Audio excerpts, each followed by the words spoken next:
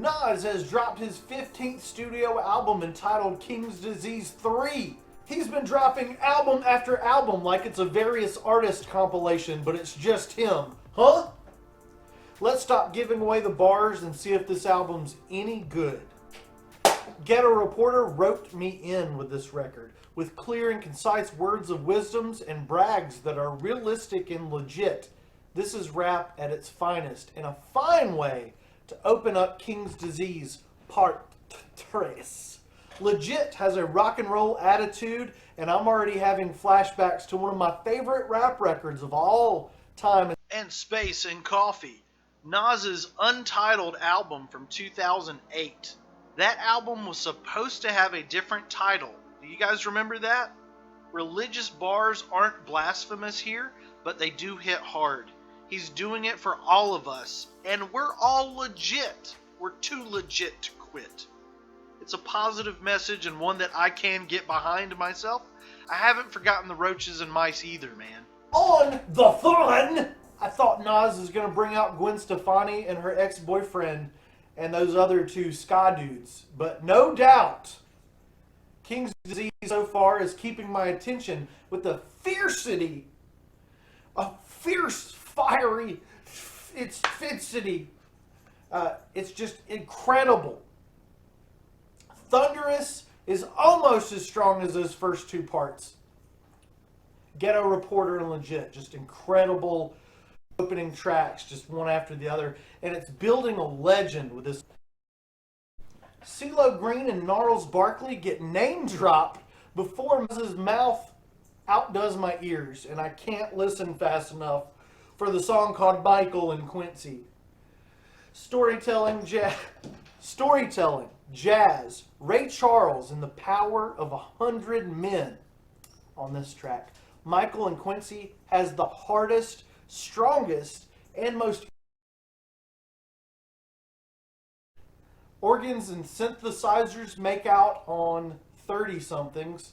Again, I'm getting major Untitled vibes, and that's my favorite Nas album by a long shot. So I just like that a lot. Hood to Hood has a synth-heavy drizzling with like a sonic pole to dance on, and Nas is showing these 2020 mumble rappers how to speak clearly, my guys. I button up my shirt. It's a pretty cool shirt.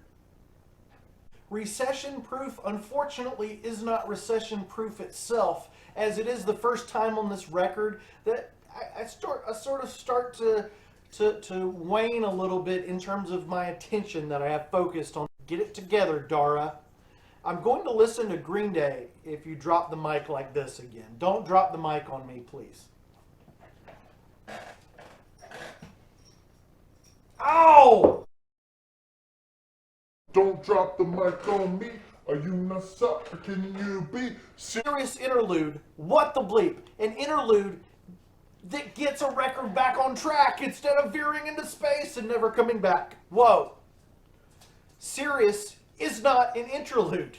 It's a full-blown, honest-to-goodness song, and it's complete and beautiful, and I love it. We all go through.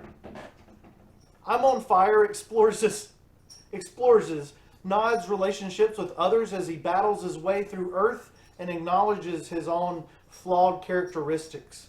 He was just getting all these calls and everything, like he's on fire. What a mind flip. What a realistic take on exploitation of yourself.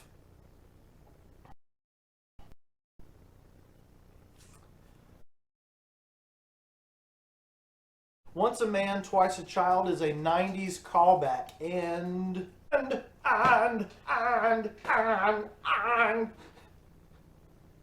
90s is a decade that I always want more of. Power Rangers, Nas records. Get Right balances a hard beat with the jazz rhythms and trance vocal through line that some will like, but I am not particularly digging. It's fine enough, but not my personal jam. It's going to be your personal jam, though, in the comments. I just know it. First Time is another song that's good, but I like big and I cannot lie. Nothing to write more bars about. After the first few tracks on the record, my expectations are high, and I think that that's what's happening here with some of the lowlights on this record, because First Time is not a bad song at all, but it just doesn't hold. I mean, those opening tracks, just wow, does bring about a D12 flavor, but does get bogged down by a slow-mo voice that I need to hear like any of us need to hear a police siren, unfortunately. Stop doing the slow-mo voices, guys. Stupid. It's not arresting. It's stupid. I don't like the.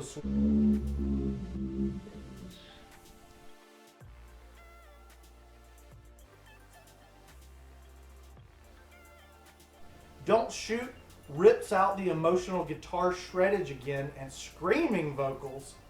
It also speaks of MP3s, diseases, and the illogical actions of men and women with weapons in hand.